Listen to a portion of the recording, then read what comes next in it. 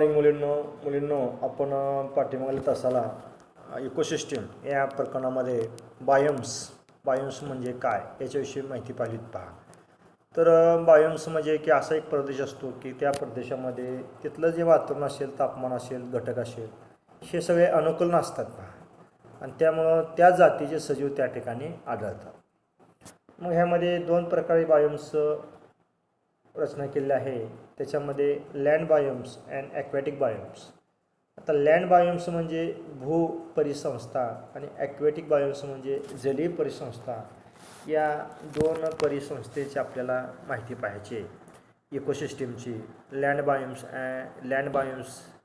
And aquatic biomes. जमिनीमधली जी काही परिसंस्था आहे, तिथले घटक आहेत, प्राणी आहेत, त्याची वर्णन किंवा त्याची माहिती आणि समुद्रामध्ये राहणारे जे प्राणी आहेत त्याची माहिती. ॲक्वॅटिक बायोम्स याच्याविषयी माहिती पाहिजे. तर सुरुवातीला लँड बायोम्स म्हणजे काय आपण पाहूया. तर आपल्याला माहिती आहे की जमिनीवरती जे प्राणी राहतात त्यांना लँड बायोम्स म्हणतात. The biomes which exist only on lands are called land biomes. जे परिसंस्था फक्त भूभागावरच असते म्हणजे जमिनीवर असते, अस्तित्वात असते किंवा दिसून येते, त्यालाच भूपरिसंस्था असे म्हटलेलं आहे. Due to inequal distribution of biotic factors, different types of ecosystems exist. For example, grassland, evergreen forest, desert, iceland ecosystem in the taiga, tropical rainforest etc. तर ही जी काय परिसंस्था आहे, भूपरिसंस्था, याच्यामध्ये अजैविक घटकांचे वितरण भूतलावर असमान आहे. त्यामुळे वेगवेगळ्या प्रकारच्या परिसंस्था निर्माण झाल्या आहेत. उदाहरणार्थ गवताळ परिषद परिसंस्था असेल, सदाहरित जंगलातील परिसंस्था, जंगलांचा भाग वगैरे, उष्ण वाळवंटातील परिसंस्था असेल किंवा बर्फाळ प्रदेशातील परिसंस्था, तैगा प्रदेशातील परिसंस्था आणि विषुववृत्तीय वर्षावनांची परिसंस्था. आपला जो भूभाग आहे ही विविध अंगी आहे पहा, विविध अंगी आहे. वेगळ्या वेगळ्या भागातील जी कल्चर आहे, नॅचरल आहे किंवा इकोसिस्टम आहे, वेगवेगळे आहे. त्यानुसार याचं भाग पडलेला आहे की गवताळ प्रदेश असेल, सदाहरित जंगलांचा प्रदेश असेल किंवा राजस्थानसारखा वाळवंटी प्रदेश असेल, अटलांटिकसारखा बर्फाळ प्रदेश असेल, तैगा प्रदेश असेल किंवा विषुववृत्तीमधील वर्षावनांची परिसंस्था असेल. यानुसार लँड बायोम्स हे घटक निर्माण झाले आहेत. तर ग्रासलँड इकोसिस्टीम आपण पहिला जो पाहणार आहे त्याच्यामधला गवताळ प्रदेशातील परिसंस्था, ग्रासलँड इकोसिस्टीम. तर ग्रासलँड इकोसिस्टीममध्ये शक्यतो गवताळ प्रदेशामध्ये हे जंगली प्राण्यांचं अस्तित्व जास्त असणार आहे पहा. चित्रामध्ये सुद्धा दिलेलं आहे. जिराफ असेल, हरिण असेल, सिंह, वाघ, कोल्हा, लांडगा, हिंस्र प्राणी, शाकाहारी मांसाहारी प्राणी, असं याच्यामध्ये ग्रासलँड ह्या भागामध्ये असतात. तुम्ही डिस्कवरी ॲनिमल प्लॅन्ट्स वगैरे पाहता की वेगवेगळ्या भागातील गवताळ प्रदेश, वेगवेगळ्या देशातील गवताळ प्रदेश, दक्षिण आफ्रिका, साऊथ आफ्रिका असेल, अमेरिका असेल, ऑस्ट्रेलिया असेल, त्याच्यात असलेले प्राणी याची माहिती मिळवत असेल पहा. ग्रासलँड इकोसिस्टीममध्ये grassland develops weather rainfalls is not enough to grow big trees. Vast growth of grass is found in this ecosystem. तर याच्यामध्ये ह्या गवताळ परिसंस्थामध्ये काय आहे, तर ज्या प्रदेशामध्ये पावसाचे प्रमाण जास्त असते, मोठमोठी झाडे असतात पहा, वाढण्यासाठी पुरेसे नसते. ज्या प्रदेशात पावसाचे प्रमाण मोठमोठी झाडे वाढवण्यासाठी पुरेसे नसते पहा, ज्या ठिकाणी गवताळ प्रदेश तयार होतात, या प्रकारच्या परिसंस्थेमध्ये गवताची मोठ्या प्रमाणात वाढ होत असते. यामध्ये म्हटलेलं आहे की lands longer summer, limited rain develops drops plants in these areas. Animals like goat, sheep, giraffes, zebra, elephant, deer, cheetah, tiger, lion, etc. are found in this ecosystem. Similarly, various birds, insects, microbes are also present. तर गवताळ प्रदेशामध्ये आपल्याला माहिती आहे की थोडा जरी पाऊस असतो तो कंटिन्यू पाऊस असतो, त्यामुळे गवताची वाढ होते. जास्त मोठा पाऊस किंवा दीर्घकाळ पाऊस नसल्यामुळं मोठ्या झाडांची निर्मिती होऊ शकत नाही. त्याच्यामुळे अशा प्रदेशामध्ये हे शाकाहारी मांसाहारी दोन्ही प्राणी आढळून येतात की त्याच्यामध्ये म्हणलं मोठ्या उन्हाचा आणि माफक पाऊस यामुळे खुरट्या वनस्पती वाढ होते. मेंढ्या असेल, शेळ्या असेल, जिराफ असेल, झेब्रा, हत्ती, हरिण, चित्तं, वाघ असेल, सिंह असेल हे या प्रदेशामध्ये आढळतात. तसेच त्याचप्रमाणे जे काही पक्षी असतील, विविध पक्षी असतील, कीटक असतील, सूक्ष्मजीवसुद्धा याच्यामध्ये आढळतात. Microbes are present also for in this land हे सुद्धा दिले पहा. आता कलेक्ट इन्फॉर्मेशन जी माहिती आहे हे ड्रॉप केलेलं आहे 25%. कंप्लीट द टेबल आहे, तुम्ही हा पूर्ण करायचा लिहून वास्तविक पत्ता कुठल्या भागामध्ये हा सुद्धा नाही नवीन भागामध्ये, किंवा पूर्ण करू शकता पुणे पहा की हा टेबल जो आहे तुम्ही पूर्ण करू शकता. आता प्रोड्युसर म्हटले पहा पॅरथिमियम सिंड्रोम कुसिली म्हणले या ठिकाणी की गवताळ असेल, गाजर गवत असेल, कुसरी गवत असेल किंवा हरळे असेल उत्पादक आहेत पहा. प्रायमरी दिल्यात प्रोड्युसर म्हणले, जे उत्पादन करतात त्याला उत्पादक म्हणायचं.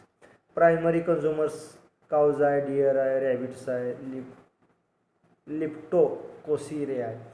तर यामध्ये गाय, हरिण, माससा, लिप्टोकॉसिया हे सगळे ह्याच्यामध्ये आढळतात.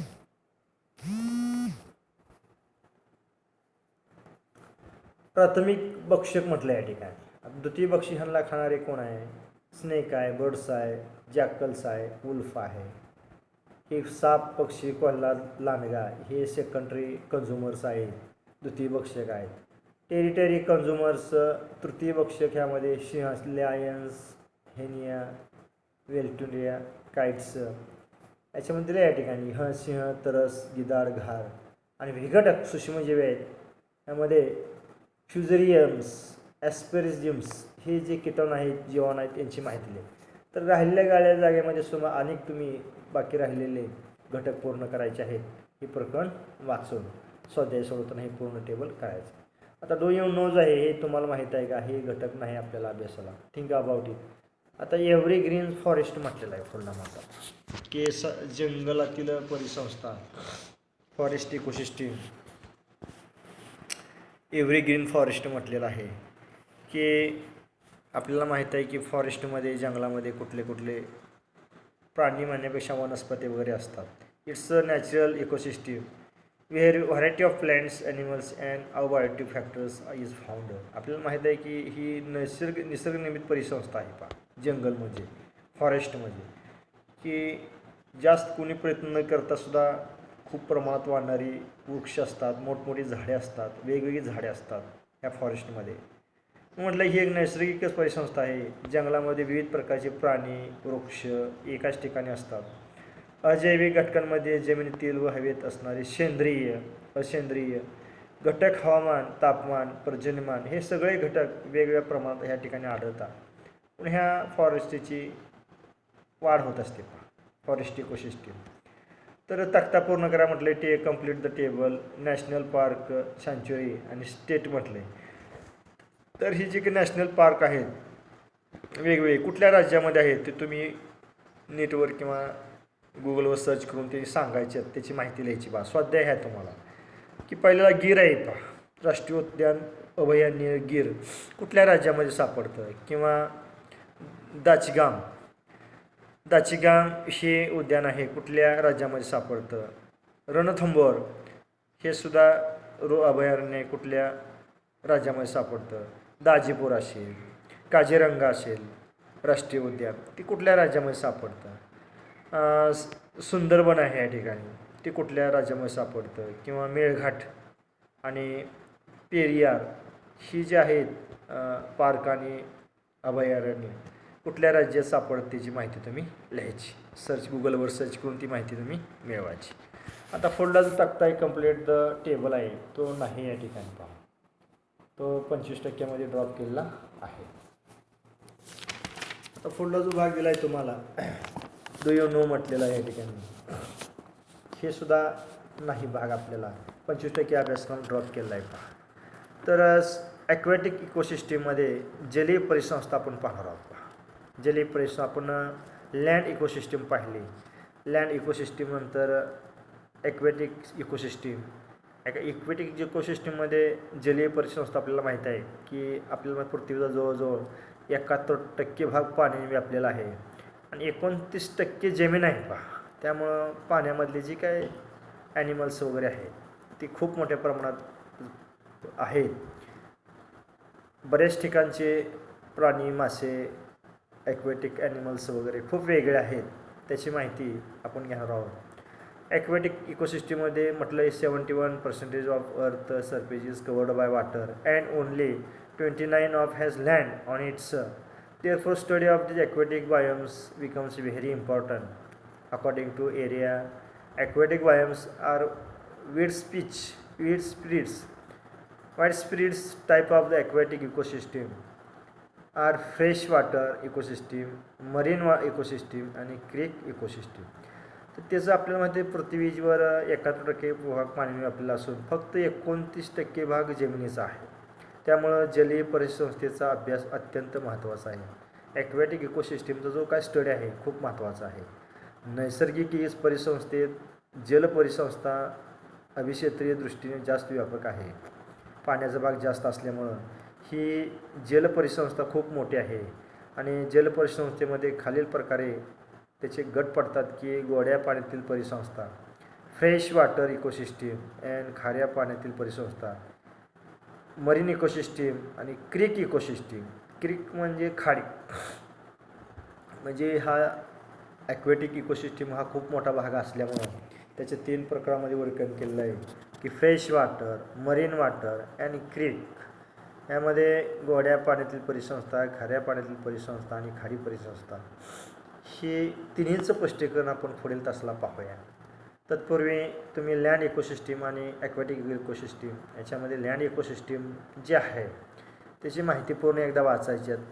जे चार्ट तुम्हाला सांगितलेत पूर्ण करायचे, चार्ट पूर्ण करायचे आणि पुढील जो भाग आहे की ॲक्वॅटिक इकोसिस्टीम किंवा ॲक्वॅटिक बायोम्स आपण पुढील तासाला पाहू.